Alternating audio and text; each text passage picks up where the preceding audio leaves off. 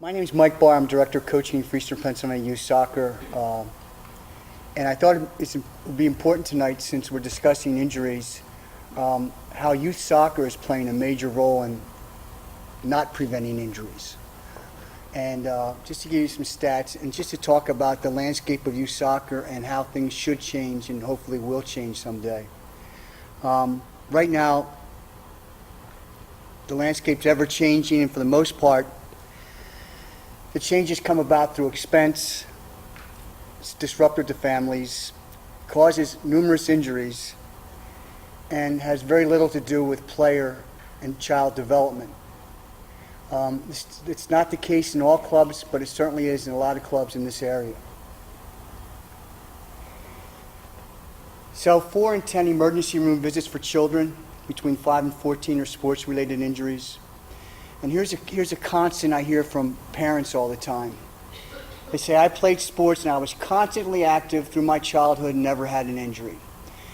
And what those parents aren't remembering is when they were participating in activities, it wasn't adult-driven, it wasn't adult-guided. And Gary gave me a good description, and my description is more of an American one. When I was a kid, we went out and played basketball, 2-on-2, 3-on-3, 5-on-5, whatever we could, baseball, imaginary runners, all that stuff. And we played until we were tired. Then we took a break, and if we decided to keep on playing, we kept on playing. But now what happens is kids are so focused on the adult telling them what to do, they never get the opportunity to take those breaks. And that's having a major effect upon them. And it also affects their personality, because they never get the opportunity to challenge ideas or thoughts or disagreements, where we once all did that all the time when we were kids. So I think it's a huge issue that parents and adults are making decisions based on what they think is best for their child, but it really isn't. Okay, and I'll expand upon that a little bit. I thought it was important, this last bullet, parents can keep the next 6 months in mind, but they need to focus on the next 70 years. Because what's happening, and I did this with my children too, so everything I talk about tonight is being negative. Listen, I committed all those sins also at one time. But I'm trying to give you an honest opinion of what I think, how things should be done with youth soccer and youth sports in general. So I'm thinking about all the success my children have playing soccer. Right now, all I do is I want my 2 sons to get a job. They're out of college now. I could care less about the soccer. I just want them to have a job and be happy for the rest of their life. And I think soccer did conflict with some of the success they could have had, maybe more success academically, or maybe going into the arts, things I never thought about as a parent. So the United States, 2 major organizations, U.S. Hockey and U.S. Soccer, have tried to rectify all the problems we have in youth sports today. And they're thinking about long-term athletic development.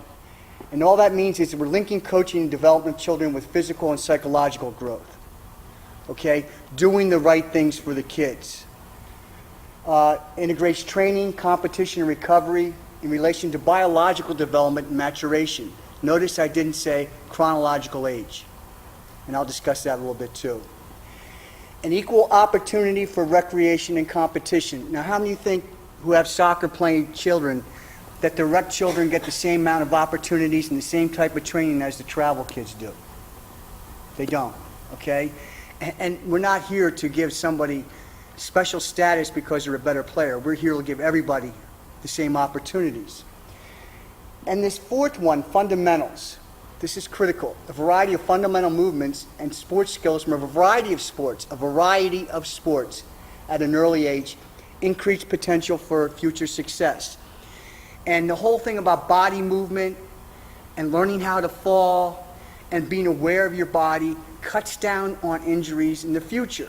But if you're having a child who you decide is going to only focus on one sport, and let's say in this case it's soccer, you're going to cause either some form of some type of injury from overuse, but also not give that child the opportunity to explore other movements that occur with other sports. Okay? The other thing is specialization creates other issues too. And I want to give firm examples down the road, but it's something I want you to think about. in my opinion now, and I was guilty, I had my kids focus on soccer, but they did play other sports. I wish I would have waited until they were 14 when they totally focused on soccer. Okay, because one of my sons, we got him focused at 10, 12 years old, and he didn't have those other sports to fall back on. And I think he became a bit of a burnout later on, even though he had success, because he didn't have the opportunity to play other sports. And the other thing, too, is in long-term athletic development, you want to recognize windows of time where you can do optimal training. And this next graph is going to show you a little bit of that. Okay? PHV means peak height velocity. And that graph shows you that the ideal time for technical skill, speed, stamina occurs with boys between the ages of 13 and 15 and with girls between the ages of 11 and 13. But what happens is we get coaches at these younger ages who are attempting to increase speed, endurance, technical skills, where they don't have that ability yet because they haven't matured into the bodies they're supposed to be. Now, there's something also telling in this, too, and this is something I'm going to throw out to you. I'm a firm believer that up until the age of 12, I think girls and boys in soccer should be playing together. Okay? And if you take a look at our U.S. women, they're not the best team in the world anymore. At one time, we were just knocking people. Those players who were in that original World Cup team, Olympic team, they all played with boys up until they were 15 or 16.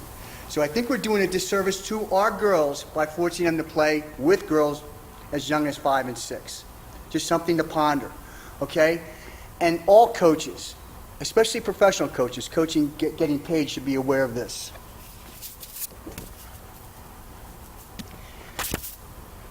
Here's something I want you to think about also, okay?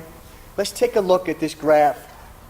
Biological age versus chronological age, or rewarding the early maturing player who may not have the ability to be the elite player. How many of you coach youth soccer? Okay. Have you known a kid, when you first saw him, you say, this kid will never amount to anything, but because he stuck with it, he was the smallest kid, he became the elite player later on? And the one kid you identified as 6 or 7 years old because he was fast and strong, this kid's going to be lights out later on, turns out to be a bust. This happens all the time. So think about what we do to children now in our country. At 7 years old, we're telling them you're not good enough to make this team. Okay? Not thinking about, if you look at this chart, how other kids develop at later ages. So we're throwing these younger kids right out the door, telling them they can't be successful because myself as a coach, we decided you're not strong enough. And part of that all ties in with travel soccer.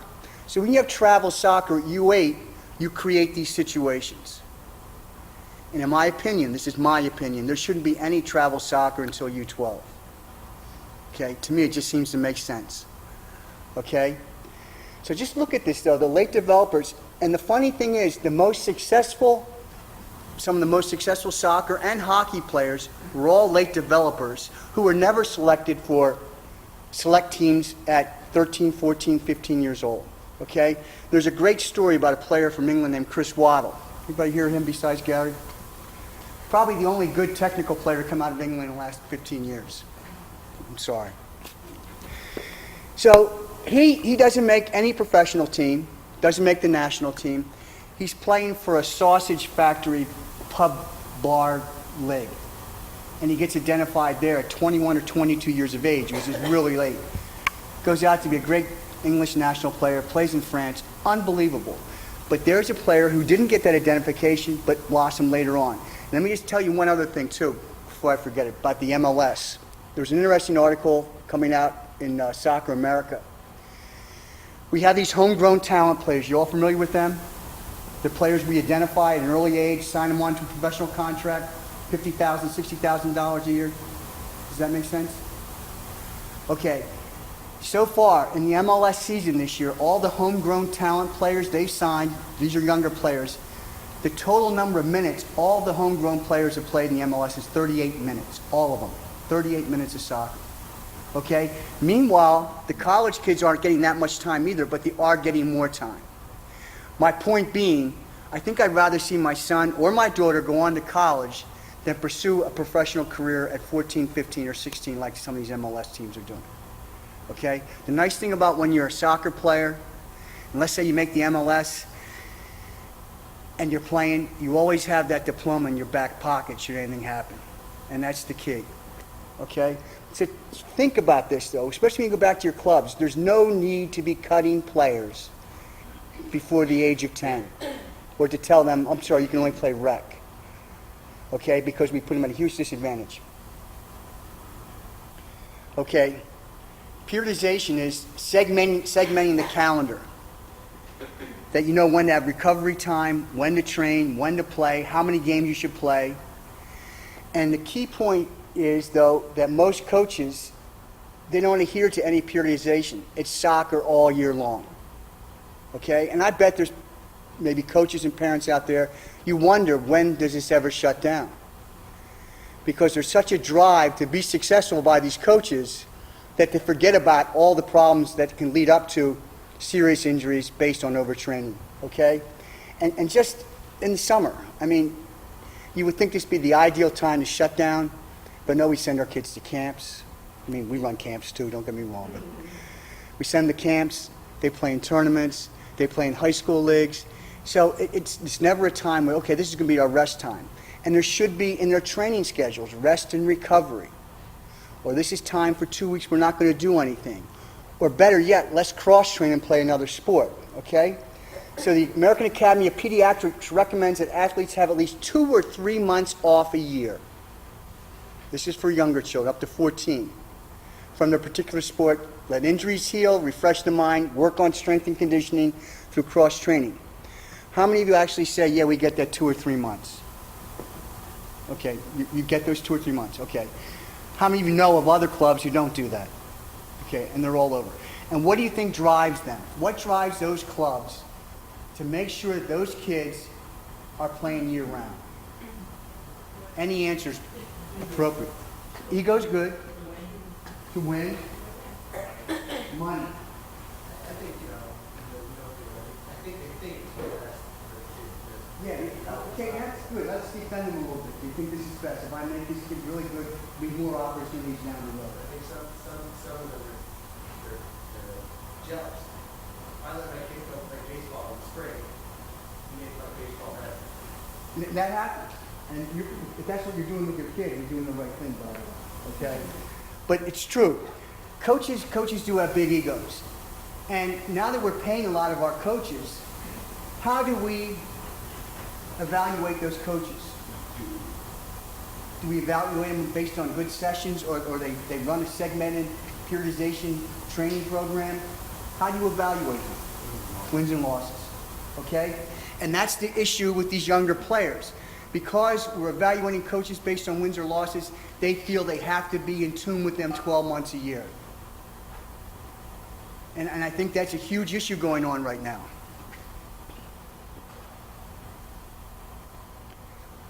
Okay, let me give you an example of something that is bothering me.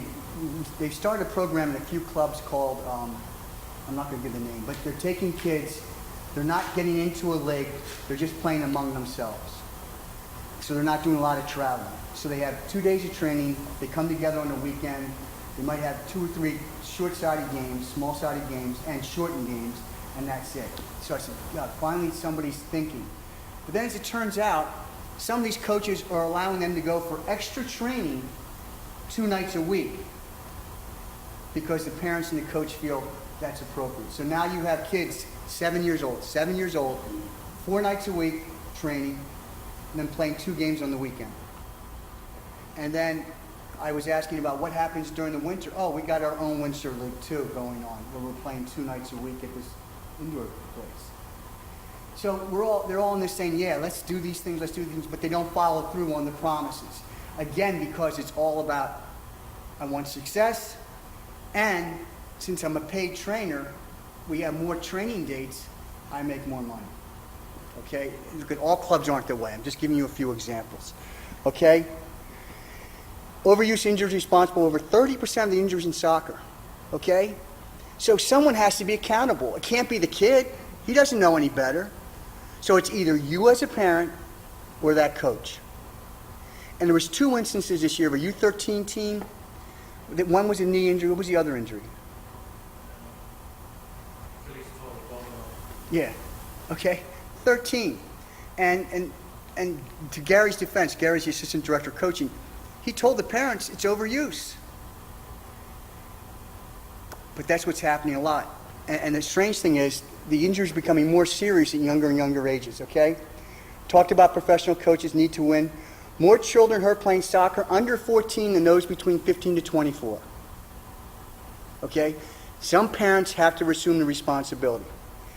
Orthopedic surgeons now seeing ACL injuries in children as young as 12. And that was from the New York Times 2008, and that was your organization, right? Was that 2008? The New York Times article. Yeah, the New York Times was more recent, that's right. So what happened was when it came out and said they're seeing ACL injuries in children as young as 12, most doctors said, no, that can't be. That we've never seen anything like that before. But it's all stemming from overuse injuries. So now think about this. If you're a parent of a child and you're making him or her go out 4 nights a week to train because you see him as being that great player someday, or her, you may be the one contributing to an injury that will be career-ending. Career-ending, or something that's going to be arthritic, 40, 50 years old, all based on your decision, I'm going to make this kid my next special, Messi. Okay? So think about that. Okay? And here's the last one, lack of free play. I know this is kind of strange. Up until Title IX came in, just bear with me for a second.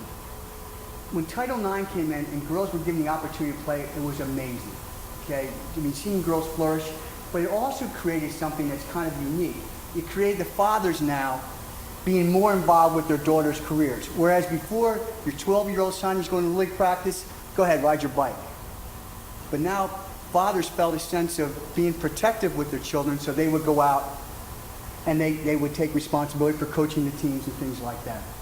So what happened is, every time kids nowadays go out and play, they're never playing on their own.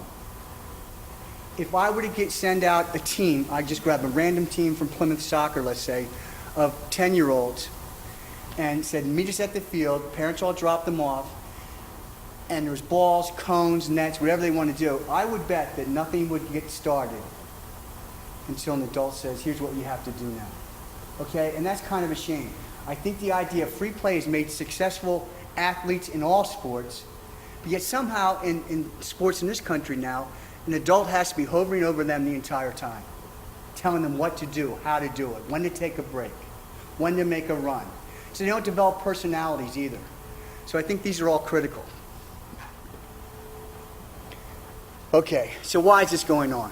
The nudge factor. Anybody have an idea what that is?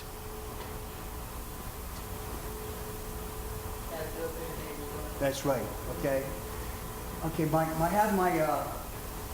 my son now is training at with an individual 2 days a week, and the change in him is amazing. It's only $140 for 2 nights of training. So what's that parent assume? I don't want my son to fall behind his son, so I'm going to go in and buy the same thing. In fact, this is probably a marketing dream, what's happened in soccer, because we appeal to an upper income level family who are all trying to get ahead, with normally very intelligent parents, not streetwise, very intelligent, okay, who are always looking for the next best thing for their kids. And the most telling thing was when I saw a thing on preschool and kindergarten where parents are holding their kids back up to 2 years, so they'll be the biggest in kindergarten, they'll be able to read, and they'll be socially accepted by all the kids because of that. Okay? And the disadvantage of that is what? So if I'm a lower income family, and I can't wait to get my kids in school because it's killing me paying for preschool, my kids will be at a disadvantage. And that's what parents are seeking out through sports. So that's contributing to that issue. Here's another one that's driving me crazy. Soccer tournaments. Anybody familiar with GOT soccer? Okay, can you explain, do they have a rating system for teams? Yeah, well, I have points, and you get points to go there. Yeah, so you get points to go to tournaments. So if I'm a club director or a club coach, what am I going to do? we got to enter as many tournaments as we can so we get our points so we can be rated in the state, ranked in the state, ranked in the region, and maybe ranked nationally. Because we get points for just showing up. And there's a club on the main line, I'm not going to say their name, I would love to. Their travel teams have to go to between 8 and 10 tournaments a year in order to get God Soccer points. Okay? And all those coaches professionally paid. And if you don't think it costs a lot for hotel expenses and things like that, it's absolutely crazy. Okay? Now here's the scholarship and the professional soccer myth. I've coached players who played on national teams, U.S. national teams, foreign national teams. I know maybe 0.5% of all these kids I coach over the year have ever gotten a full ride. Okay? Soccer's a non-revenue sport. Non-revenue sports don't create money for the college, so they're going to give the minimum of scholarships. I think the women right now is 14 or 15. But those 14 or 15 scholarships are spread out over 4 years. So it's rare for a kid ever to get a full ride. My son, when he went to New Hampshire, received a soccer scholarship, but he received more money academically. Okay? So what I probably should have done with my son is rather than him playing soccer and forcing him into all these things that I'm telling you not to do, I should have put him with a real good tutor, okay? Somebody who's really skilled in math or science, and I'm sure he would have had the same opportunities he had playing soccer, okay? And you know, I've never sat down and thought about all the money we spent, but I'm gonna give you some examples in just a bit. I'll give you an example now, before I forget.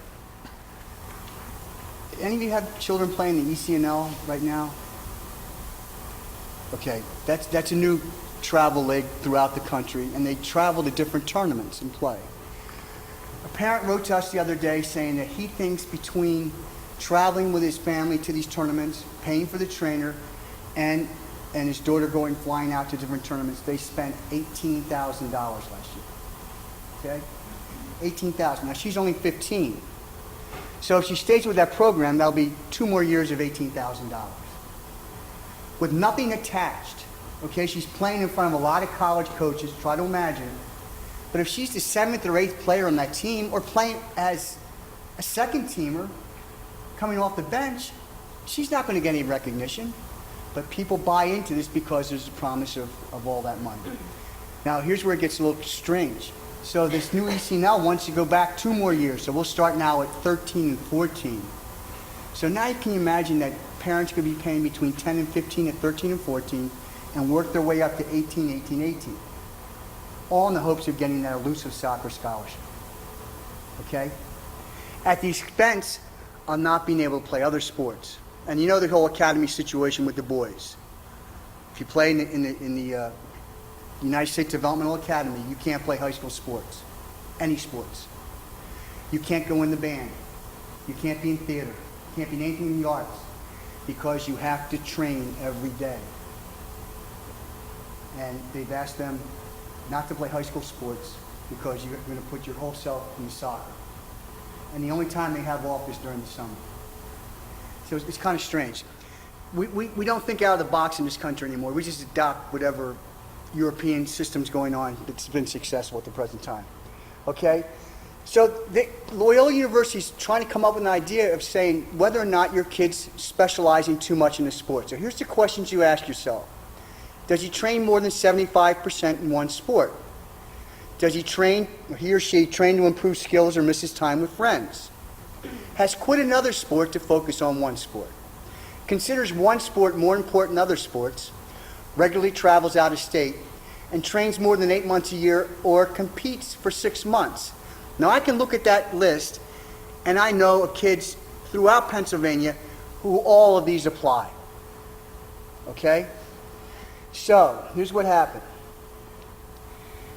It's Loyola. These are 13-year-old athletes that came for physicals, 85 who were treated for sports injuries and 69 non-injured. On a 6-point scale based on those 6 questions, the average sports specialization score of uninjured athletes was 2.75. Average score of injured athletes was 3.49. 60.4% of the injured athletes specialized in one sport. Only 31.3% of the uninjured athletes specialized in one sport. Okay? So if they were playing more sports, they were apt not to get hurt. Okay? And there's something also mentally uplifting. How many of you played more than one sport in high school? Was it the greatest thing, though, once soccer ended, that now basketball started? Oh, this is great. And you thought you were in really good shape, but you weren't basketball shape. And then when basketball ended, if you're going to play baseball or track, it just refreshed you again. We're lucky enough to have Kelly Connor, who used to be Kelly Rowland, who was a Herman Trophy candidate, went to Florida State, 4 years of great soccer. She played 4 sports in high school. It didn't bother her. She said she loved it. Okay? So you don't have to think anymore that I have to get my son or daughter to specialize in one sport because it's not going to pay off. In fact, many of the MLS soccer stars from the United States play 2 or 3 sports in high school. The cost factor. Okay? Professional coaches, private soccer tutors, travel expensive ECNL terms, equipment. Okay? And I am a firm believer that soccer is effectively eliminating middle and lower income families from playing soccer. And this is occurring in other sports too. It's not just that. Even in women's softball, girls softball now. I know there's tournament teams, and you get professional trainers to teach how to pitch.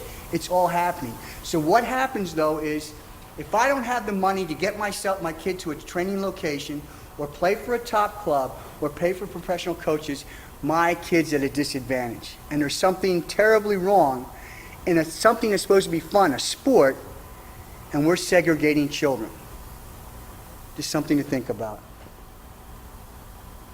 Okay, so there are solutions. I think you have to start educating coaches and be upfront with them. You know, if they're making a lot of money, they're not going to want to change. But you want to, just make it obvious to them that some of the decisions they're making are not the right ones. Tell parents you can't live vicariously through your child. We all do. We all do. And sometimes you just got to step back. And sometimes it might be that neighbor or your friend who comes up and tells you. Somebody should have told me when I was younger. Be aware of your child's schedule and make sure there's downtime and free time available. My fear is with some of these soccer playing kids, they don't have any idea what's going on in the world because they're just focused on, I hang with soccer parents, hang with soccer players, go to soccer fields, stay at a soccer hotel. And there'll never be a chance this will be the next Renaissance type man or anything because he only knows anything about soccer. So he goes on to college, and you know what's happening to a lot of these kids? What do they come back as? They try to hook up with coaching soccer because they don't know anything else. Okay? I'm always confused. If I go out and people recognize me, they don't want to talk to me about politics or anything like that. What do you think they want to talk to me? Just nothing but soccer. Okay? And I like to be thought of as being able to expand my horizons a little bit more than just soccer. So allow 14, then you can allow your child to specialize. He comes up and says, Mom or Dad, soccer's my sport. Basketball's my sport. I'm really focused on that. That's fine.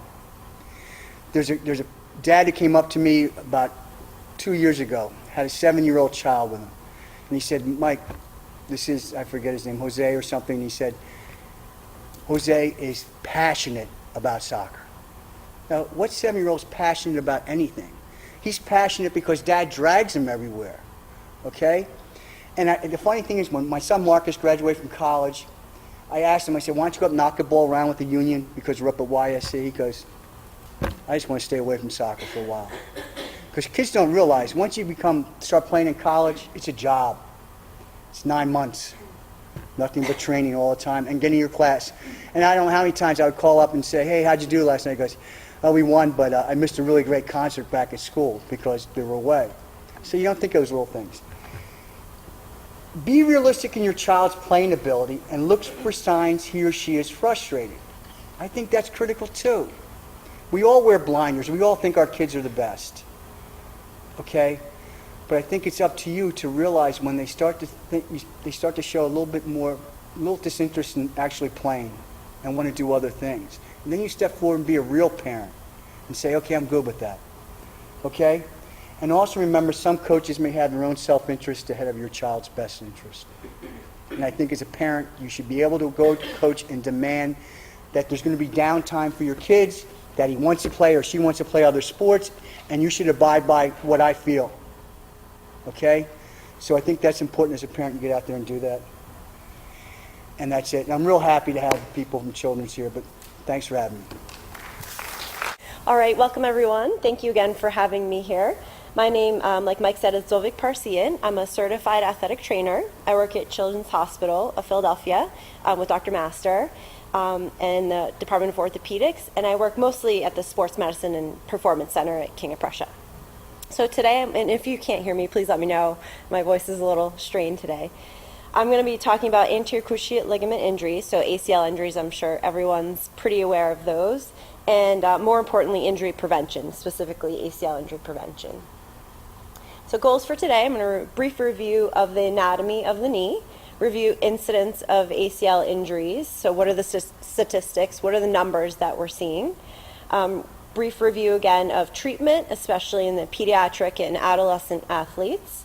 And more importantly, or most importantly, we're going to discuss the strategies in preventing ACL injuries, and I'll talk a little bit about our ACL injury prevention program at Children's Hospital.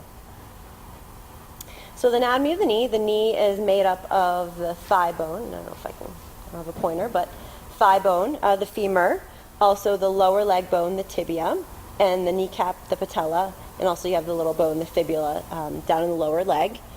In between the knee, there's shock-absorbing cartilage, and also on the ends of the bones, there's cartilage there too. In the middle of the knee, you have the cruciate ligament. So everyone hears anterior cruciate ligaments. That means the two ligaments that cross right in the middle of the knee. And you can see here, this is the ACL right in front here, and also the posterior cruciate ligament right in the back. And these two ligaments really prevent the lower leg bone from moving forward on the thigh bone. So it prevents that motion and also a little bit of rotation in the knee. So if you've heard someone tear their ACL, they feel like their knee buckles because it has that extra motion in the knee. And then on each side of the knee, you have the medial and lateral collateral ligaments, and these ligaments prevent the knee from going side to side. So most kids or adolescents and above tear their ACL, so they tear the ligament right in the middle. Younger kids, pediatric athletes, we traditionally think, and they still do, tear their ACL. They actually pull a piece of bone off, so it's called an avulsion fracture. So instead of tearing the ACL ligament right in the middle, they're pulling a piece of bone off with the ligament itself, and that's called a tibial spine avulsion fracture. So again, older kids or adolescents and adults will tear the ligament in the middle, and younger kids will pull off a piece of bone right here, right at the end of the ACL right in there, if you can see that right there. So mechanism of injury, of ACL injuries, what do we think is more common? Contact injuries. So say they're playing football, they get hit, or a slide tackle in soccer, something like hockey or basketball. Do we think it's more of them getting hit, a contact injury, or a non-contact injury? So the athlete that's running down the field stops to pivot and cut to get the ball, or a basketball player who jumps and lands. What do we think is more common? Anyone have any ideas? Or non-contact? Yes. So studies are now suggesting, and I'm sure you guys have seen, I think most of your coaches have seen this, probably what happened once or twice on the field, where the player's running down the field or basketball players jumping to land, and kind of out of nowhere they fall. And I'll describe exactly why we think this happens, or it's more common. Studies looked at ACL injuries in football, basketball, and soccer, and the rates were pretty similar. So we used to think, like I said, it was a contact injury, so we used to think that football players, contact type of sports, had more of these ACL injuries, but now we're seeing that it's really leveling out, and so it leads us to really believe that it's more of a non-contact injury. So mechanism of injury. So if these are more non-contact injuries, why is this happening? What are the common things that we see when kids tear their ACLs, or kids, adults, pediatric athletes? So the common things, or mechanical things that we actually see, are hyperextension of the knee. So instead of the knee landing where, your soft landing where you bend your knee, take all the force, use your hip muscles to control your leg, you're kind of landing stiff-legged, the knee's hyperextended. Knee valgus, you can see in this picture, how the knee buckles in towards the other knee. And that's pretty important. We'll talk a little bit about that in prevention. Poor control, so their quads, the muscles in the front of their legs are overdeveloped. Sometimes they have a leg dominance, and that, again, can be from specializing, like Mike was saying, specializing in that one sport. And, again, hip muscle weakness is common things that we find with ACL tears. So I have hopefully this will work. I have a good video to show. It's not a soccer female athlete, but it is a good example of the things I just spoke about. So let me just try to get it right to the spot. So this was a basketball player. So he was running down the court, and they'll show it on repeat real quick.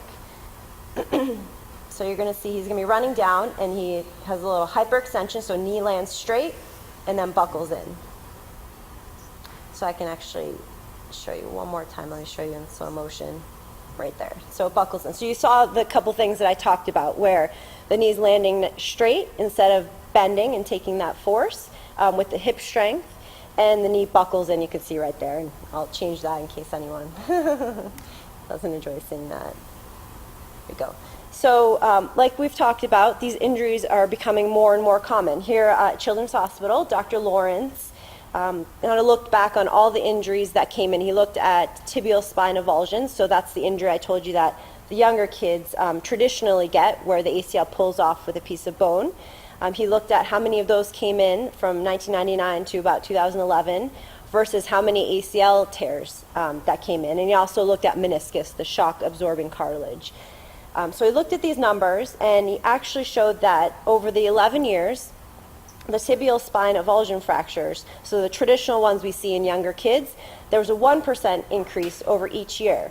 But the ACL injuries increased 11% each year. So you can see there's a huge discrepancy. So what we thought was traditionally a pediatric injury, like Mike was saying, now younger kids are getting these ACL tears, and we're seeing more volume of them, more and more, and at younger ages. So 1% versus 11 is pretty significant. And this was an article that was in the New York Times that he discussed these findings. So injury statistics, a little bit more. Females have a higher risk of ACL injuries.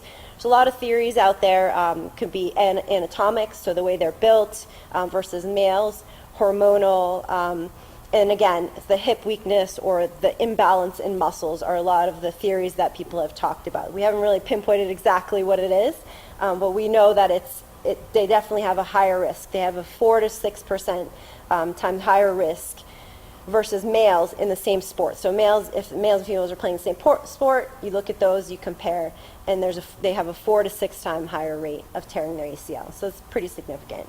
They also have an increase in lower extremity injuries overall. So patellofemoral pain, kneecap pain, which is kneecap pain, and kneecap dislocation. So overall, they're a little bit more susceptible to these injuries. So in a study done in 2007, they looked at exposures. So they defined exposures as one game or practice about an hour.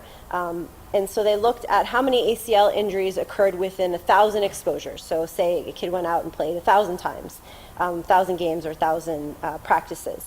And they found that there was a 30% chance of, this was done in females, for them to tear their ACL.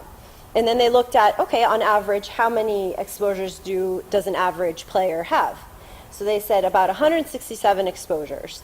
So if we look at the number, if we know there's 30% in 1,000, we divide 167, so an average number of exposures a year by 1,000 times the 30% risk, and we find that it's 5%.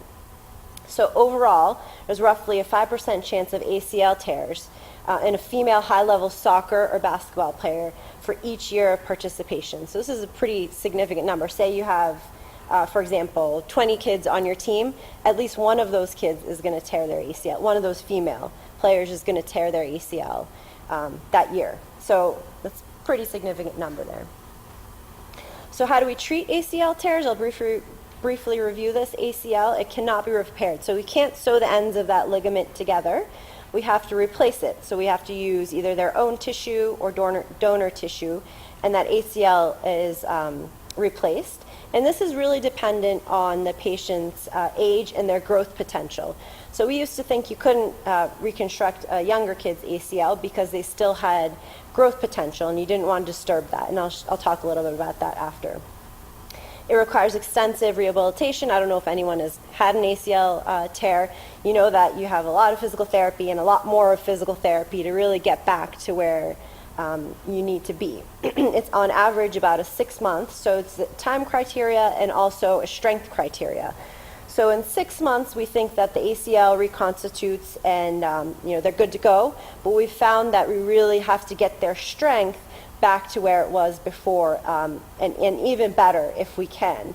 So now we're kind of looking at trending towards more 6 to 9 months and sometimes even a year after these injuries for these kids to get back to playing their sport. So it's not just waiting for that ligament to heal biologically, it's also for them to get their strength. And you'll see why once we talk about the prevention. And as you saw, the reasons why they tear their ACL are really mechanical, and we have to address, those are important to address those issues. So treatment in pediatric patients, like I was saying, we used to think that waiting was a little bit better. So you wait, you don't let the kid play, and you wait till they're old enough, their growth has almost completed or completed, and then it's safe to do the surgery. But now we found that delaying the surgery is actually more risk, so they tend up getting other injuries, further damage to the knee, and we really found ways to treat these kids safely with newer procedures so we can treat the younger kids. And obviously you really have to customize these surgeries for younger kids. So here at Children's, here's a couple different examples real quick. The first one is a younger, really young patient where they're avoiding growth plates. So the growth plates are the little stripes of cartilage going right through the ends of the bones there. And as you can see, as they get older, the procedure changes, and they, and eventually as the growth plates close, they kind of go through that area safely. So again, they found the treatment is less expensive. So instead of waiting for these younger kids, they found it's less expensive because they don't get that early irreversible knee damage, which in the end might cause them to have further surgery. They really found that there's a significant annual health savings in doing these ACL reconstructions earlier on younger kids. And like I said, luckily we've had these newer procedures where we can do it safely, especially here at Children's. We do these all the time. So what does this research say about prevention? That's really the big question. We know how these occur, we know that they're increasing, so what do we do about it? Research studies have shown that we can decrease lower extremity, and not just ACL injuries, but lower extremity injuries through neuromuscular training techniques, so meaning strengthening, balance, core strength, landing techniques. Studies have shown, again, that there's a decrease in both male and female injuries. Untrained females have a 3.6 times higher incidence of injury compared to trained females. So it shows that these programs that we've been developing, there's multiple of them, and again, I'll go through the one we have here, are really making a difference. So we know, what things we can control, and these programs are really helping in that sense. And as a bonus, it really leads to more performance improvement. So it's kind of a win-win. You can tell your athlete you'll be a better athlete if you do this. You'll be stronger, you'll be able to jump higher. So it's overall win-win for the athlete to do these prevention programs. So what can we do to help? Like I said, sports injury prevention, what can we control? We know that we can't control the anatomy, but we know that we can control the muscle strength, the landing techniques, and different things that they can do on the field. Like I said, evidence is building that specific programs can prevent all injuries, minor and major, including ACL tears. So like Mike was talking about, he actually hit on a lot of points. The other aspect of this is limiting exposure to potential injury. So as you saw in that study, 1,000 exposures, you have 30% chance of ACL tear. So if we limit these kids on exposure, or if we modify their activities, we allow free play, we allow them to do different sports to really strengthen different muscles, and neuromuscularly change their landing, all of those things will really play a huge role in helping to decrease the number of injuries, especially for these younger athletes. So what can you do on the field? We can initiate these prevention programs, so strengthening neuromuscular awareness and training. You can incorporate these into your practice and game sessions, and really develop this at an early age. So our program was developed for adolescents and pediatric athletes. So you can really start this as they're kind of progressing through, as they're younger. So we want the girl on my left, on your left there, to be the girl on the right. So like we talked about, you can see her knees buckling in, she's leaning forward, and those were the common things we saw with that ACL injury. We want her to get her to be the girl on the right-hand side. So I don't know, I'm sure you guys have seen some of your athletes do these kind of things. So how do we get there? Ready, Set, Prevent, that's our injury program at Children's Hospital. And again, it's injury prevention and performance enhancement. So we've shown that this program really strengthens them, it makes them stronger, and also allows them to be a better athlete. It showed that they could jump higher, land safer. It's a free program. It's a 2-phase program. So the first 4 weeks, the first phase is 4 weeks, and then you kind of progress from there. It was developed by our Children's Hospital physicians and our physical therapists. It's available online, and it combines flexibility, strengthening, and muscular control. It takes about 15 minutes to do. You can do it before, like I said, before every game in practice. So instead of doing your traditional stretching, you can kind of incorporate this. Really, it takes 15 minutes to do. You can incorporate it on the field with your players. There's no equipment required, and like I said, it's developed for adolescents. And really, you can continue it throughout the entire season and off season. It's something they can do on their own, and it's pretty straightforward to be able to do. And like I said, improves athletic performance. So the 4 phases, there's 2 phases. First is 4 weeks, and then you progress from there. And each phase has a warm-up, which is the same for both, dynamic stretching, lower extremity strengthening, and plyometrics, so jump training, landing, all those kind of things. And really the key here is coaches and athletic trainers should emphasize proper knee alignment. So you have to be helping them out. You have to be aware and watching them. So, and you can even have them watch themselves. Show them what's, this is what we don't want. This is what we do want. Obviously, you can't watch every single player every minute, but make it, part of the team. Make it a team activity, and really have them watch each other and make sure that they're doing it correctly. Their knees have to be aligned, knees behind toes, keeping the knees shoulder width apart, and really avoiding that knock knee position that we showed in that previous picture. So here's an example, and again, this is just one example. This is a warm up. Here, that'll work. Or not? Oh, let's see if this one works. Nope.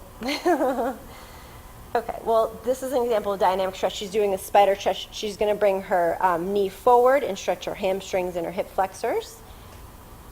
And all of this, again, is available online, so I'm sorry that I can't get these to load up.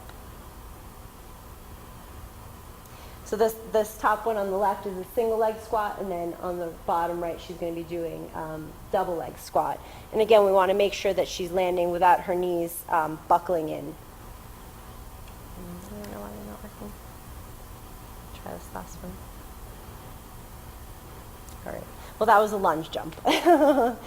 So points to emphasize, again, we want soft landing, so that we don't want them to land with their knees stiff and straight. We want them to land softly so you don't hear them hit the ground. Knees over toes alignment, so we really don't want those knees buckling in. They should be bent when they're landing. And they really have to remember this is a process, and you want to encourage participation, like I said. Really have them help themselves, have them help each other, and really have you participate and focus on improvement.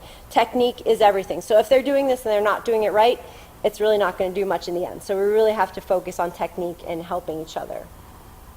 How to get information? Our video, like I said, and unfortunately, I'm sorry, I couldn't get those to work. They're on the CHOP Sports Medicine website. The whole video, the whole program is on there.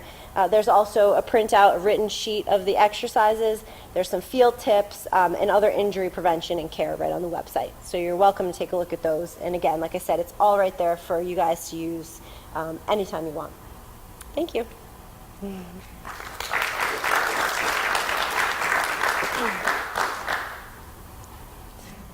Any questions? Great. Yes? Dynamic versus static.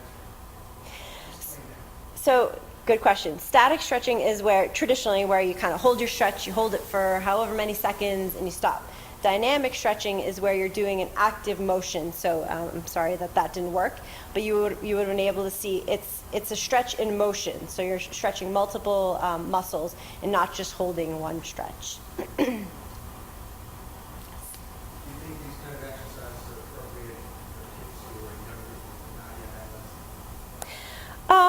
I think in a safe, controlled environment. I mean, I wouldn't say, I don't know what age you would think. I think that probably you could do it in 7, 8-year-olds in Yeah. that way. And, there's been some interesting studies looking at the fact that when you look at girls and boys with jump land technique, they actually jump and land similarly until Up until a certain age, yeah. And so I think from that standpoint, there's a lot of interest in doing research and looking at if we get these kids, not, out of crib, but obviously, when they're actively doing these sports and teaching them some of the basic things in terms of jump land technique and Yep. warm-ups and In the, so, yeah, the dynamic stretches and all those things are pretty yeah, safe, yeah. And so then the idea being that we do that neuromuscular training early on, and then that results hopefully in a reduction of risk of ACL tears because they develop those motor units in that way. Are these ACL injuries, are they ever a result of overuse that is then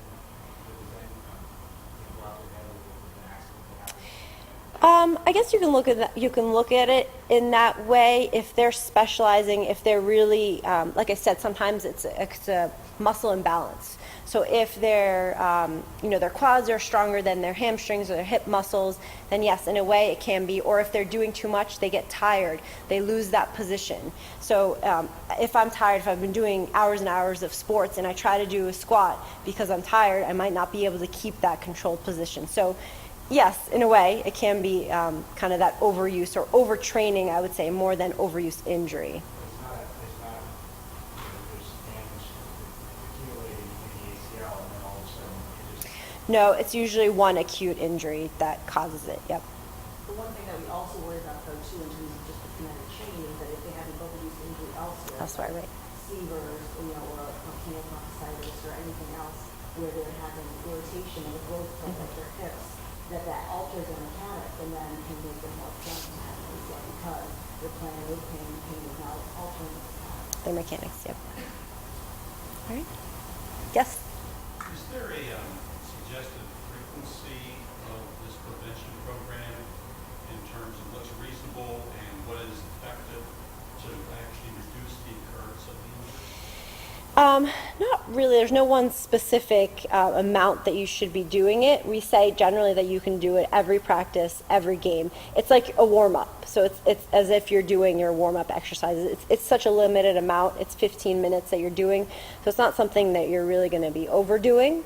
But really we say just do it like you would do your stretching before any type of game or activity.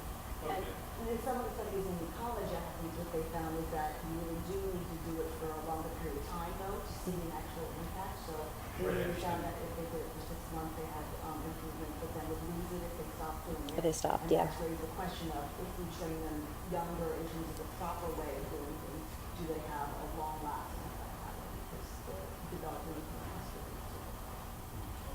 And that prevention program Mhm. that you have is targeted to the ACL injury specifically? No, it's all lower extremity injuries. It really, we think it's protective of lower extremity injuries, not just the ACL, in preventing those. Mhm. Yep. Yep. Thank you very much. You're welcome. And so today, the next topic that we're going to talk about is concussion. We wanted to give you a little bit of an update on things that we're doing at CHOP and things that have been learned in the last 5 to 10 years, which has been a ton, as you can imagine. And there's been a lot of publicity also recently about concussions. And so, we want you guys to be on the forefront of, what we're learning. So for tonight, we're just going to go through some background, some definitions. A lot has changed over the last few years. There's probably been more published related to concussions in the last 10 years than there has in the last 40 years. And even in the area of kids, there's more that still needs to be done. And so we're learning more and more all the time. We'll talk a little bit about what we do in the office, and that may help translate to a little bit in terms of, what you're looking at on the sidelines. And then the pathophysiology is a little bit, I think, esoteric, but I think, we're going to try and get it to you in a way that makes sense to what you're doing, that basically it's practical. There's a practical reason for understanding, what's going on with the pathophysiology of the injury. And then there are basically initial things that you can do that can make a really big difference in concussion. And so you guys play a key role in that link to making sure the kids get the right care. And then there's always that small percentage of kids that go on to have really long-term issues, and then the long-term management that comes along that we have to get involved with, we can fill you in on. So what's the big deal? I mean, it's in the news all the time. I mean, I get this question all the time from everybody in our generation essentially saying, you know, we didn't have this when we were kids. Like, what's going on? You know, are our brains different now? You know, what's going on with all these concussions? And so I think that there are a couple things at play. I think we're learning more about what concussion is, and there probably were a lot more concussions when we were younger, when we were playing in our free play pickup games in the neighborhood that we didn't really, you know, pay attention to. We called it a ding or getting your bell rung, but probably was a concussion. But I think also, you know, with those rose-colored glasses, we're not really remembering that we didn't play the same kind of athlete exposure hours that our kids are playing these days, in terms of 2-3 practices a week, 2-4 games a weekend, 2-3 sports a season, you know. And so I think from that standpoint, that just exponentially increases their exposure, and probably has resulted in an actual increase in the incidence of concussions. So in terms of soccer, just to make it relevant for you guys, I mean, it's a huge sport in the United States, huge sport in the world. Estimated like 265 million people play worldwide, and in the U.S., 25 million athletes. So it's a big deal.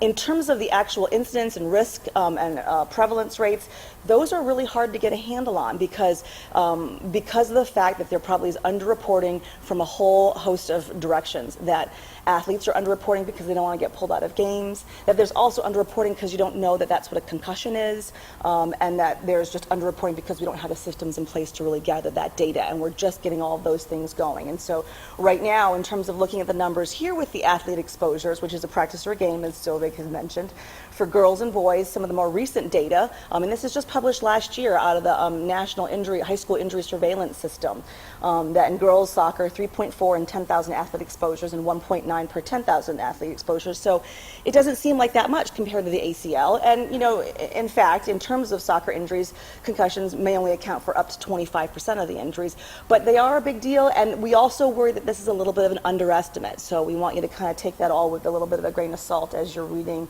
you know, your science research articles out there. So in terms of the concussion top 10, you know, soccer is definitely up there. So, you know, 10th on the list from the publication that came out last year was boys basketball.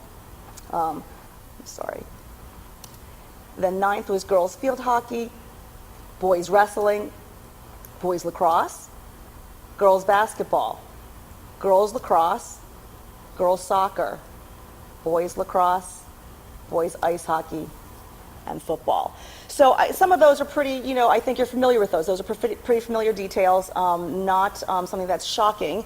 But I do think that there is, you know, a trend there where you see that there is definitely, obviously, an increased risk when you have a collision sport where you're intentionally hitting people versus collision sports where you can have higher to moderate to lower levels of collision. But then there's also definitely the theme that there does seem to be a gender difference, that girls seem to be more prone, just like an ACL, they're more prone to having concussions or issues with concussions. And again, there are a lot of theories about that, but we're not 100% sure, you know, what those are, and we can get to those in a little bit. In particular, there have been a bunch of studies over the years looking at, you know, concussions in soccer and what are the activities that are associated with it. And, you know, of course, you know, what everyone identifies is that this is the one sport where you're actually intentionally hitting the ball, you know, with your head.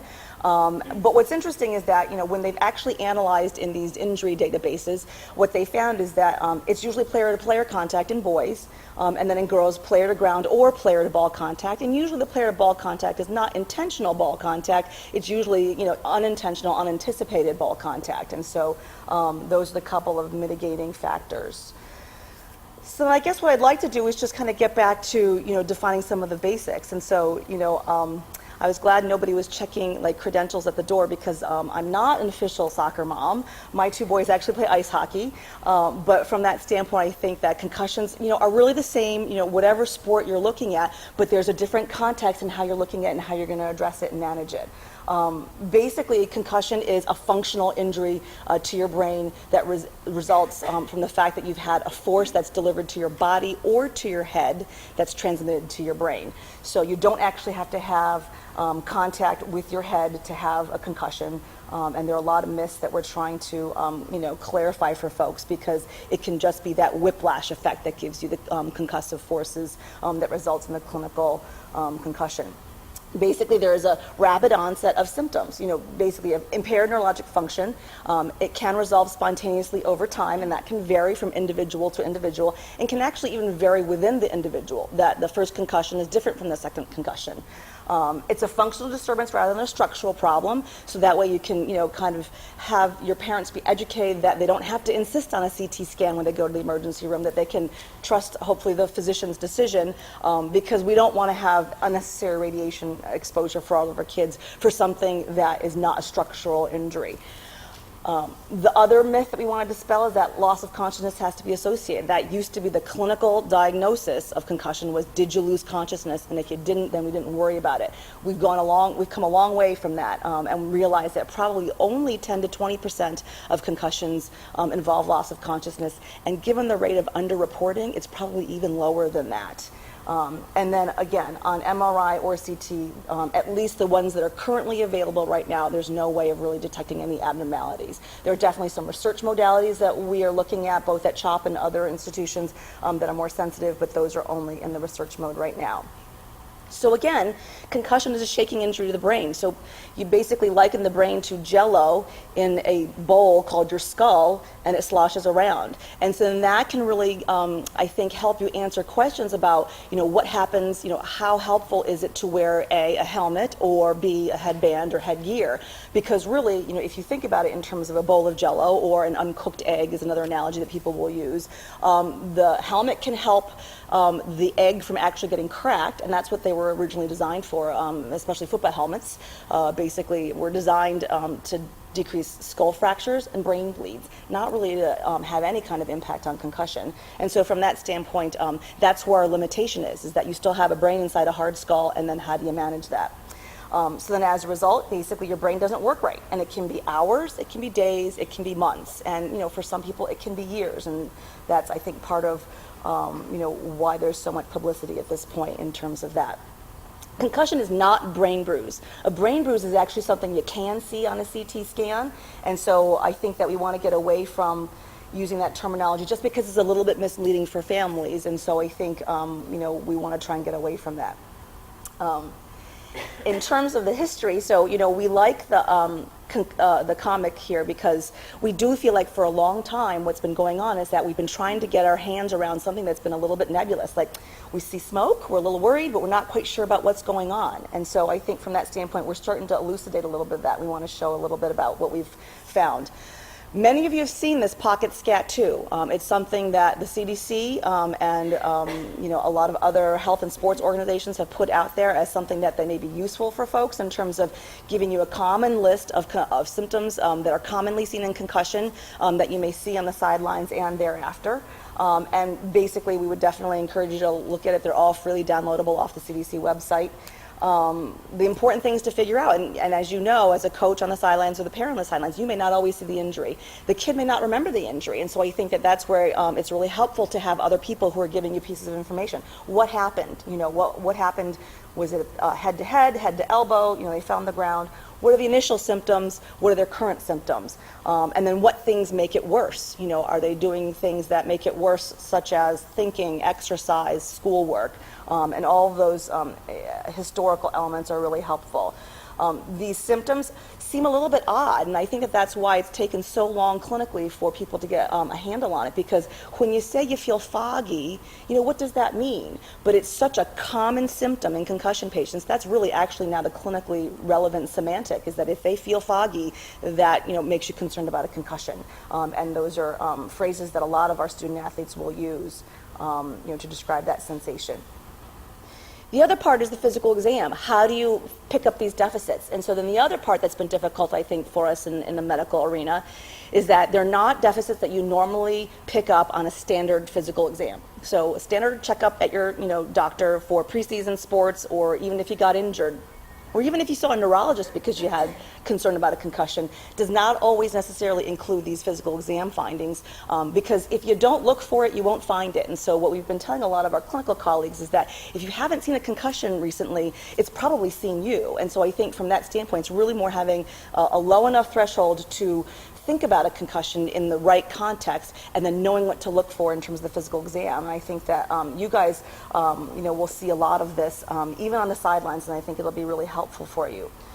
One of the systems that gets injured when you have a concussion is your eye tracking. And so this is typically called your vestibulo-ocular system. And so basically it's your balance as well as your visual input to the balance, and then the tracking that's associated with this.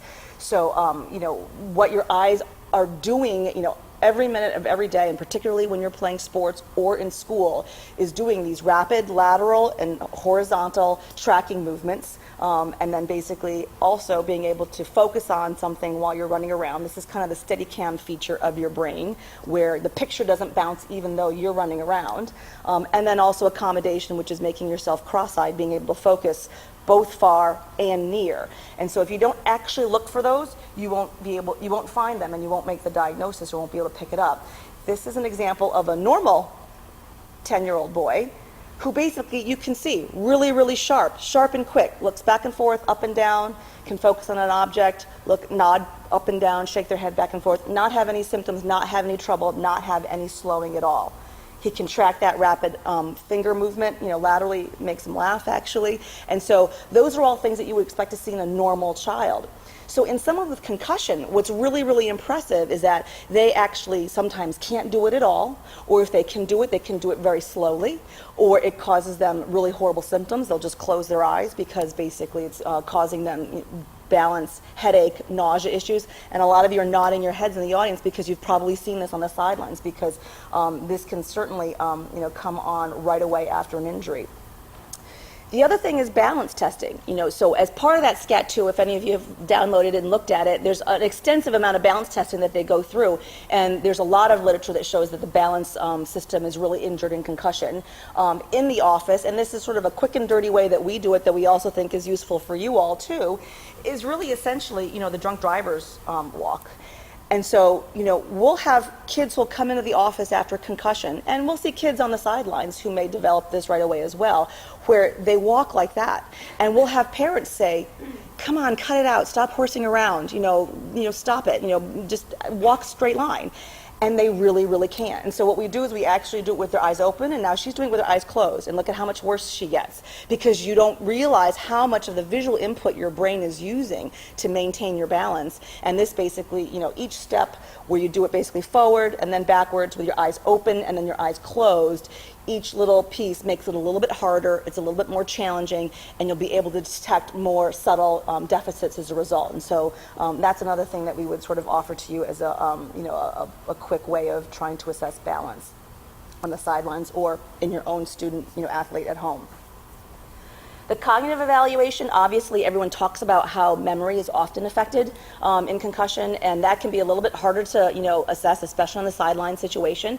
In the office, your pediatrician may use a whole host of standardized little tricks that they'll do in terms of spelling something backwards, counting backwards, saying the months of the year backwards, repeating words that you have told them, seeing how their memory is right now and then later, and then repeating digits backwards. Our neuropsychology colleagues have been a huge help in terms of helping us make the diagnosis of concussion, in that they've developed these very elaborate paper and pencil tests that test memory and cognition. All the professional teams use them, and those are more difficult to utilize, both in the clinical office setting as well as obviously in the sideline setting, because those take hours to administer. So then there's a lot that's been talked about in terms of these computerized neuropsychological tests. There's a lot of companies out there that are marketing these. And so, a lot of clubs have asked us, what should we do? Should we do baseline tests in soccer? Because it is a contact sport. There's a decent amount of contact, there's a decent incidence of concussion. They are easy to administer because they're usually web-based. Sometimes they can even be done at home. It does test your brain function in terms of usually a combination of memory, cognition, some working processing, cognitive processing, as well as reaction time. And you can individualize the baseline. You know, a lot of these tests, they'll map out curves that map out to a developmental chronological age for, you know, basically comparing them to thousands of kids their age. But it's always nicer to have an individualized baseline if it's an accurate one. And then you can repeat them and follow them over time. And so that there are some advantages to that. Some of the weaknesses, though, that we find is that it can be very variable depending on the environment. So we get tons of kids who get their baseline testing, you know, in the preseason in August, in the middle of two-a-days. They're a little tired, they're a little dehydrated, they're in the computer lab horsing around with all their friends. They just kind of want to get it done and get out of there. And they might want to tank it like, you know, some of our pro athletes who we won't name, who are not role models for our kids, who talk about tanking their, you know, baseline impact tests, you know, on TV. So I think from that standpoint, there have been good studies that show that those baselines can be abnormally low, and so you need to be aware of that. We often will have kids who come in post-injury taking these tests, and they do better than their baseline. So then we just, you know, go over that with their families and explain why. Motivation and learning effect, and is the baseline valid? So all of those things you need to take with just a big grain of salt in terms of whether or not you're going to pursue this or not. And really what we would say is that there still is no litmus test for concussion. There's not like a rapid strep test we can say, yes, you've got it, no, you don't. It's still just a piece of the puzzle. You need to have someone who really knows what they're doing in terms of pulling together the whole picture so that they can make that diagnosis for you. So then just quickly, we're going to go through some of the evidence that we have for why we manage concussions the way we do. Because I think we get a lot of questions about, wow, this seems so extreme. You know, we didn't do this when we were kids. You know, I don't know, what's the evidence for this? And so there's animal evidence, there's some human evidence, and that's what we're working on, you know, even at CHOP, trying to get more and more research that helps us manage concussions better. What this, you know, slide shows is basically that, you know, they've developed animal models where they'll basically do this fluid percussion, where they're actually just drill a little hole in the side of a mouse's head and actually cause a little fluid wave that causes like a percussive concussion injury in the brain. And what they found then is that in those models, concussions are a two-part process. There's the acute injury, where you have the primary insult of that jarring, shearing force to the brain. And then probably a secondary response where your body's trying to heal, there may be some inflammation going on, and all of that sets up those symptoms that often you can see coming on 48 to 72 hours later. So I think a lot of you probably have seen kids where initially it doesn't seem so bad, a little bit, but not horrible, but then it evolves over the next few days. The couple things that we want to just hit on are the fact that the cells in your brain basically aren't functioning properly. Normally, the cells in your brain should be able to keep, you know, the proper amount of fluid in and fluid out, and certain anions and cations in and out. And what happens is that these cell walls get leaky. Everything's leaking everywhere, and so then the cell can't function.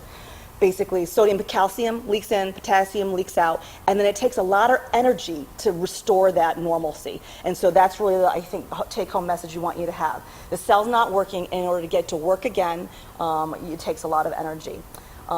In addition, then, part of the reason why the processing doesn't work is not just the cell that doesn't work, but it can't communicate to other cells. And so then all the things that you sort of take for granted, like walking a straight line, your brain can't manage because the wiring is not working at all. So here's just another slide that we use in a lot of our conferences that talks about, you know, so you get the injury, you get this widespread depolarization where everything's just, all the neurotransmitters are just flushing into the whole system, causes all the potassium to just rush out of the cell. There are proteins on the cell membrane that require glucose and energy to help maintain that. And so what happens is that in a concussion, what your body tries to do is restore that normal balance by upregulating those proton pumps. So if you had a certain number of pumps that were working normally and that's all you needed for normal everyday life, then you got injured and now you're trying to deal with basically a flood of these cations that you're trying to readjust, then you need to have more pumps that require more energy to be able to get back to that normal state. So really, after you have an injury, you need more glucose. Glucose is really the primary fuel for your brain. It can use lactate, but glucose is primarily the fuel. And so the needs of your brain after an injury really increase tremendously.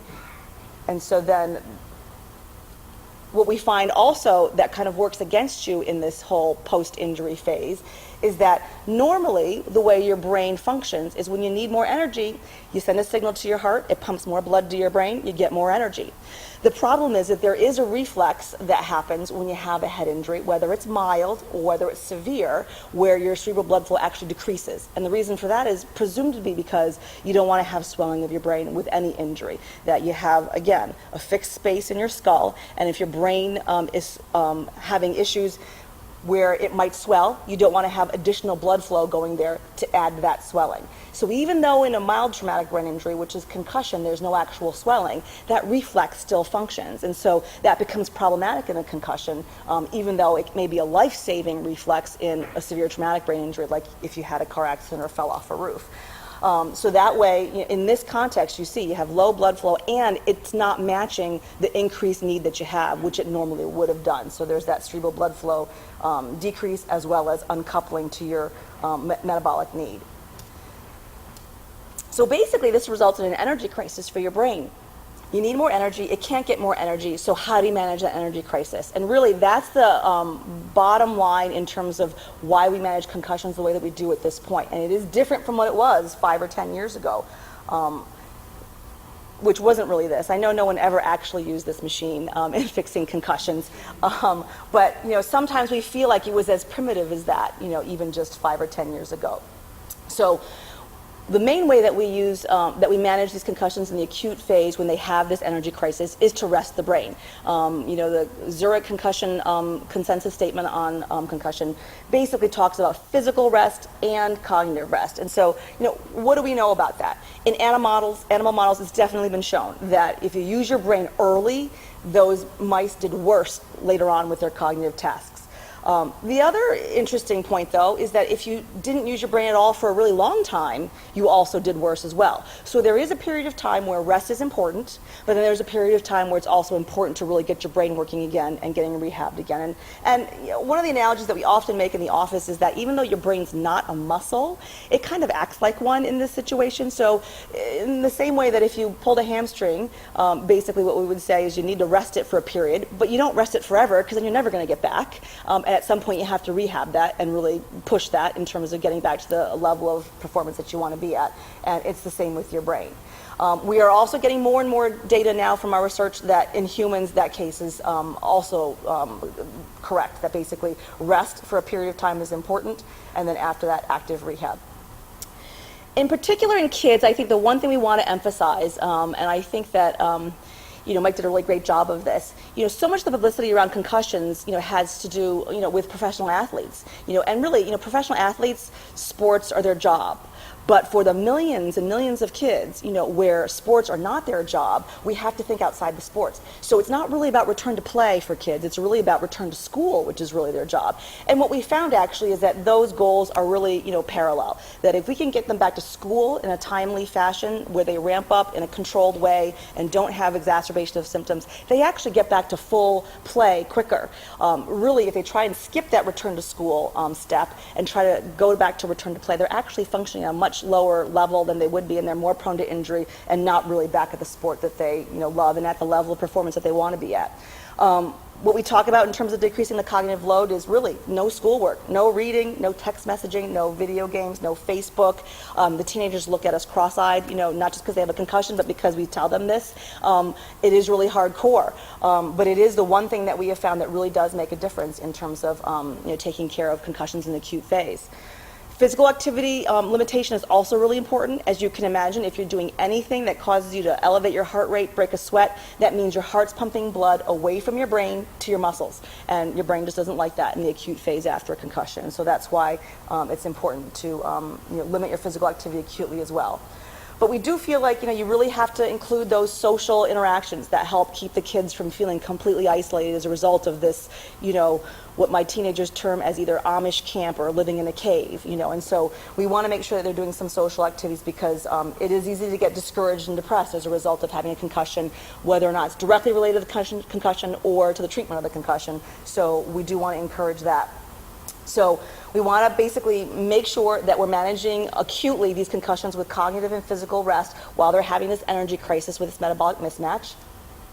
What we do then is we have pretty specific guidelines in terms of returning to school. The idea is that once you've rested enough so that your brain feels fine, just hanging out, doing nothing, then that's the time when you can start adding things back. And that's equivalent to basically ramping back up and ramping back up in a controlled fashion. And in the same way, if you ramp up too quickly when you're rehabbing a pulled hamstring, you can have problems if you're ramping back too quickly from a concussion.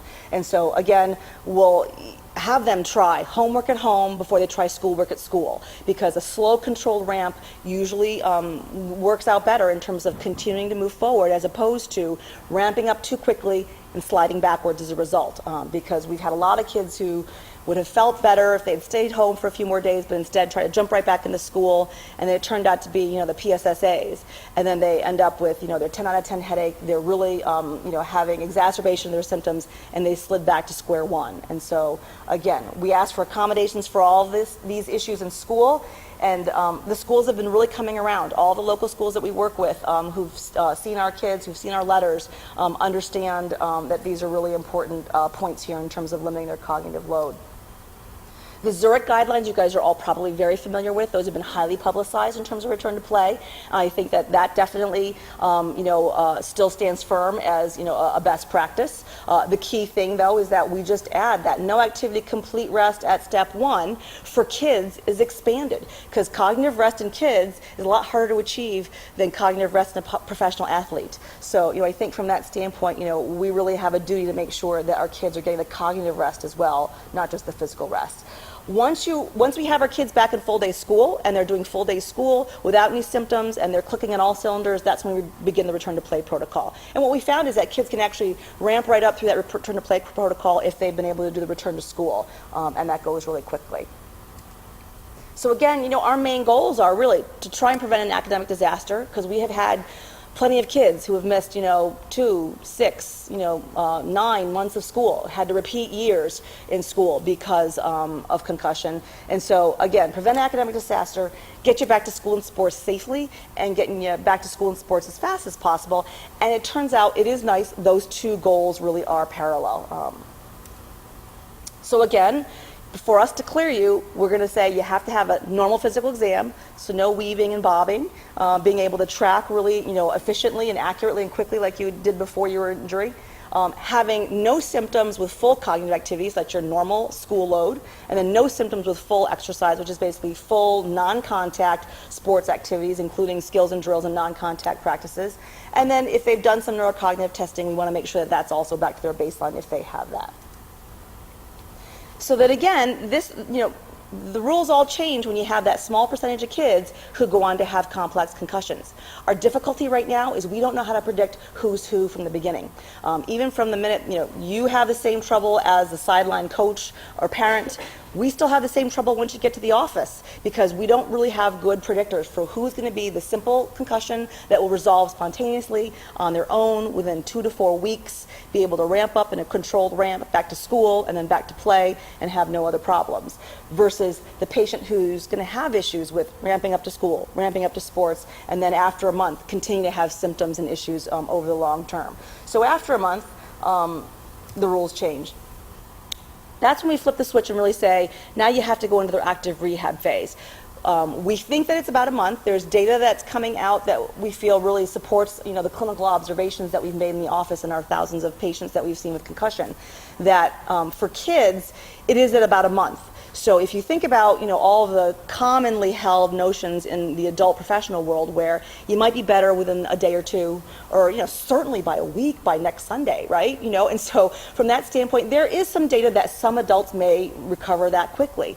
But more and more data has come out that has shown the younger you are, the longer it's going to take. So that we know that college athletes take longer than professional athletes, that high school athletes take longer than college athletes, and that middle school athletes take even longer. And so I think from that standpoint, one of the interesting studies that came out last year was that one of the reasons may be there's prolonged decreased blood flow in kids. So that decreased blood flow that we talked about, where you can't get the energy to your brain that you need, when they've done those studies in adults, that blood flow can normalize often within days to weeks, but in kids, up to 25% of them are still abnormal at 4 weeks out. And so that's, probably one of the bases for the fact that these kids take longer.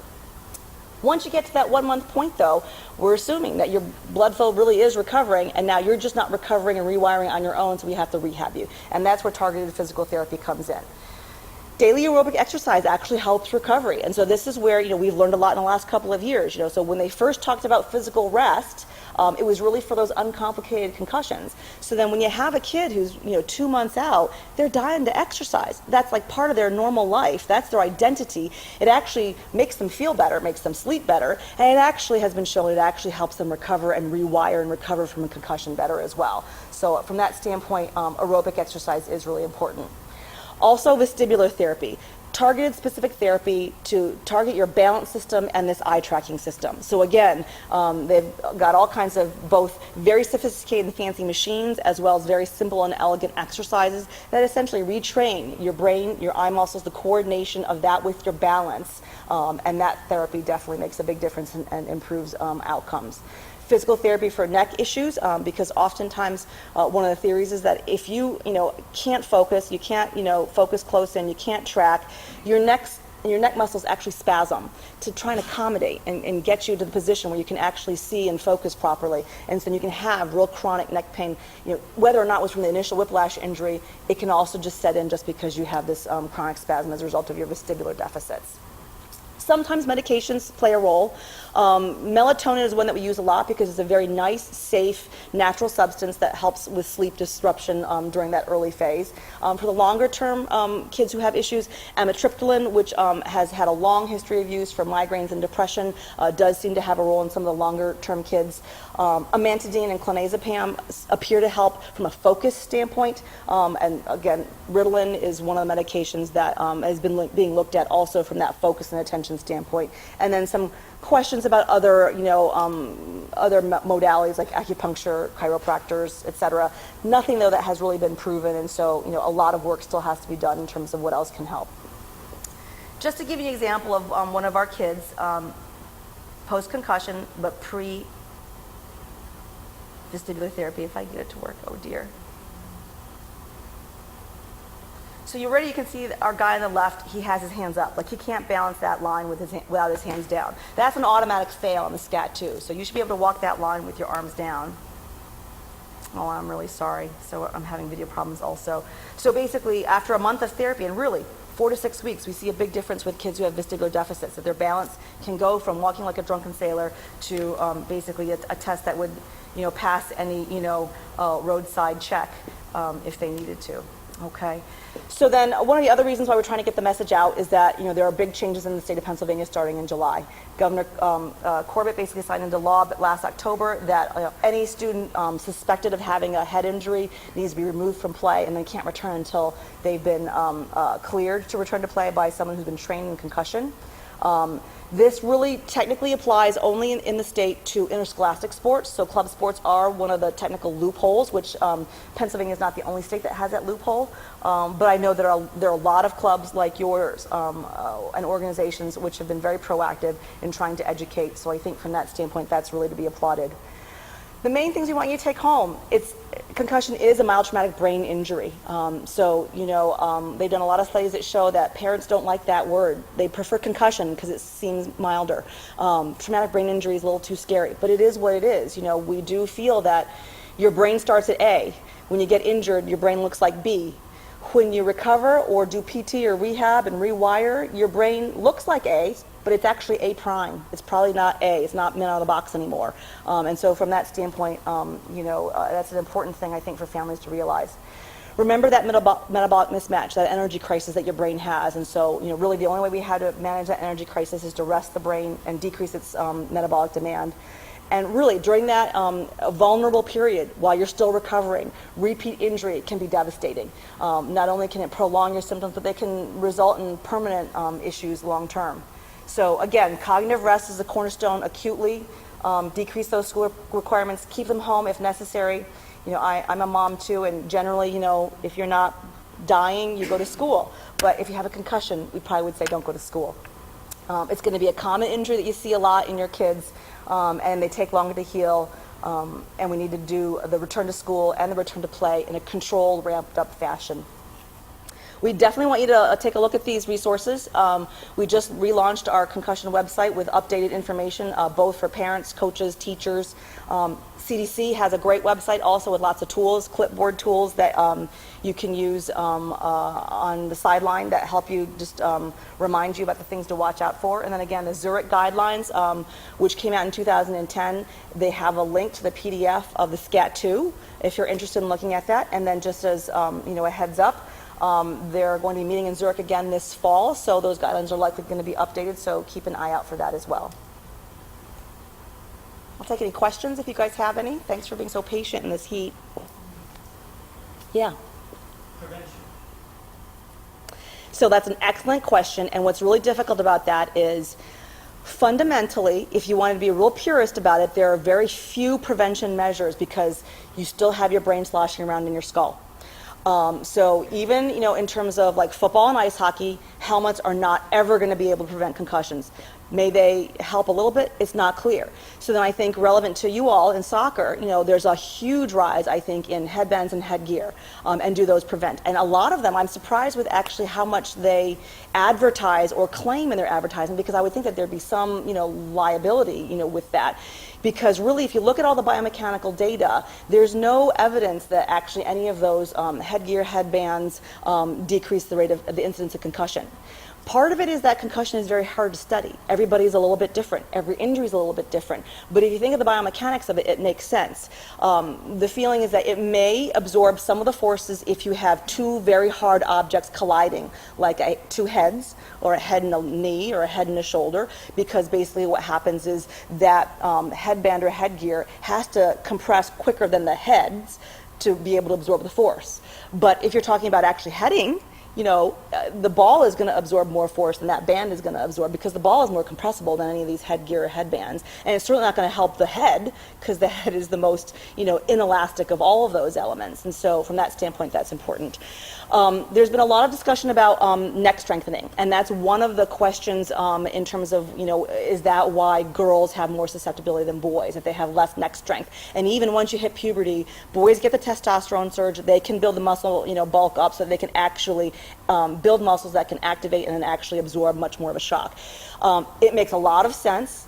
There have not been any studies that show that that's the case. But I would definitely not be opposed to having neck strengthening exercises be occurring as part of a routine strength and conditioning for anybody that's doing a sport that either involves active collision or contact. So that's another arena.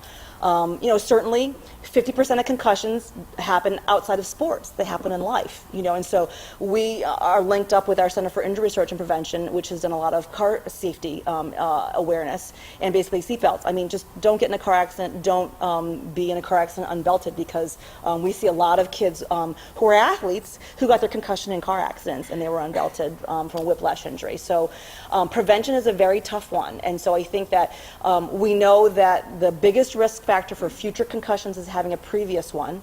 And so we feel like, right now, if you play a sport, you're going to have a risk of concussion.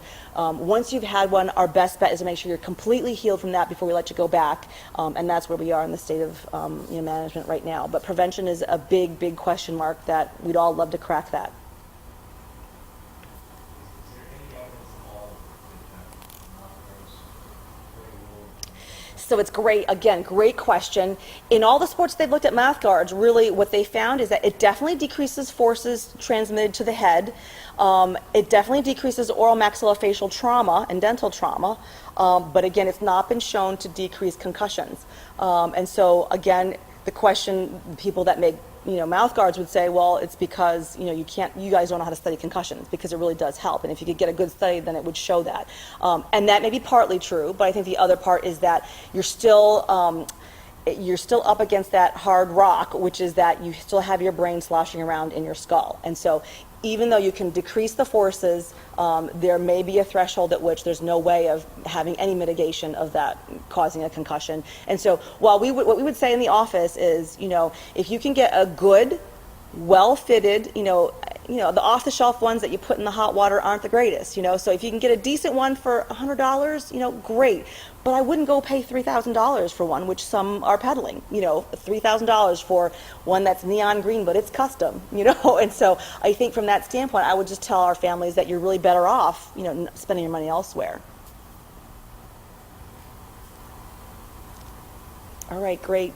Thanks for being such a patient group. We'll be here for, oh, yeah. Sorry. Could you just talk a little bit about whether you know or you research or have about the issue of intentionally hitting the ball and whether or not it's on, whether or not. Yeah, I was surprised nobody asked me that one yet. Yeah, I think that's a great question. Again, the studies to date have not been perfect. And then again, all of us in our generation would say, millions of people in the world have headed the soccer ball for centuries and seem to do fine. So what is it right now about this? And so I think that there's a couple of issues at play. There were a couple of articles that were very provocative that came out of Albert Einstein and their neuroradiology group last year that looked at both, I think it was adult, professional, and recreational soccer players. They found that people who did higher rates of heading had poorer neuropsychological testing and also had some very subtle neuroradiology findings on very advanced neuroimaging modalities. The difficulty with that study was that it's hard to tease out, and they weren't able to tease out the confounder of the fact that it's not that, was it the heading the ball, or was it all the times that they hit someone else's head or shoulder or other body or ground because they had a more aggressive style of play and are heading a lot. And so that hasn't been teased out. What it really requires is a prospective study of kids, moving on up through the years, looking at what those exposures are. And so that, I think, is a really great question. I think that one of the big issues that we have concerns about, though, are the developmental aspects of when heading is introduced. And I think that a lot of soccer coaches will say it's an important part of the game, but they have to have other fundamental skills down pat first before we're thinking about heading. I mean, heading is not the first skill you're teaching a 5-year-old in soccer. And so I know that I'm sure all of you saw the Rock Center about the soccer players in Downingtown, because that's gotten a lot of press. And Dr. Cantu, who's the neurosurgeon, basically said, I don't think kids should be heading under 14. And I think, again, I'm a hockey mom, and when USA Hockey raised the checking age to 14 from 12, so then I had a son that ended up checking for a year, not checking for a year, and now checking again for a year. That's like a stutter step. That's hard. How do you do that with a kid? But I think that in my heart of hearts, even though you hear a lot from the coaches and the parents, oh, this is ridiculous, I think that there's a lot of wisdom in that, because you're going to have some fantastic coaches who know how to developmentally teach heading properly at the right age, at the right stage of development in terms of skill and technique, not just at the right age, but at the right stage of skill development, and then it's safe, I think, from that standpoint. But then there are a lot of folks who may not, and I think that there probably is a vulnerability issue in terms of the younger brain, that maybe that is why we're seeing more of these issues, because they're having more athlete exposures, more exposures to these subconcussive hits that we're still studying and learning about, that may be cumulative over time and ending up with kids who are retiring from soccer in high school, which is a shame. We want our kids to play and love their sports for a lifetime, whether or not, most likely, they're not going to do it in college or professionally, but have positive outcomes from sports for a long time. So the jury's out on that. I think that probably in the right setting, heading is probably safe. I do know neurology colleagues who don't let their kids head the soccer ball. But then I always say, well, then they're not going to really get far in soccer, But I think from that standpoint, in the proper setting, it's probably okay. But then there's probably also a genetic factor as well, that we're also still working out, that some people are more prone to having issues, not just girls, but why does one set of players have concussions and others don't? And they play the same amount of and the same style of hockey, football, soccer. And so there's a lot of variables, and it's difficult to tease out. So, yeah. Yeah. Yep. Can you talk a little bit more about the other personal situation? My daughter was in a soccer camp, and she was hitting at the soccer ball recently. And she said she was dizzy for a second. And then she went and sat down, and she was fine after that. And she did have a little bit of a headache, but it was also later that night. I know, it's tough. And so, you know, what's a self-concussive hit? Yeah. And when does the parent start worrying about it and start thinking about Yeah. how do I get it? So it's interesting because, even the term itself, subconcussive hit, really means that we don't see it, right? That's clinically not evident. Because really the definition of a concussion is some kind of impact that transmits a force to the brain that causes you to have a clinical symptom. So again, then our parents are saying, so you mean like my 8-year-old linebacker who has a headache after every practice has a concussion? And we would say probably right now by the definition, we would say yes, and so even your daughter heading that ball and getting dizzy. So the difficulty is, dehydration and fatigue definitely can cause concussive symptoms. And so that's the difficulty in teasing all that out. But, some would argue that you might consider that at that point she had a concussion. We get lots of patients in the office where we'll say, is this your first concussion? And they'll say, well, now that you mention it, last year we had this episode, head to head, and then, kind of headache, a little nausea, it lasted for like a day, but was better over the weekend, went back to school, no problem. In retrospect, that's probably the first concussion. It was impact that resulted in a clinical symptom that resolved quickly because it was the first one. And so when you really have a kid who comes in with, a concussion that's taking a couple of weeks to resolve, which is pretty standard for us. We would say a first concussion taking 2 to 4 weeks to resolve in adolescent, pediatric aged patient is not unusual. That's probably normative for a lot of kids. But a lot of those kids probably had subconcussive hits or actually concussive hits that were unrecognized prior to that. So we're really learning more and more about that because of the fact that, a whole host of things. It's been really evident from all the neuropsychology testing that even though you look fine, you feel fine, your brain's not functioning yet at 100%. And so there are neurocognitive deficits that still persist even after you look fine and feel fine.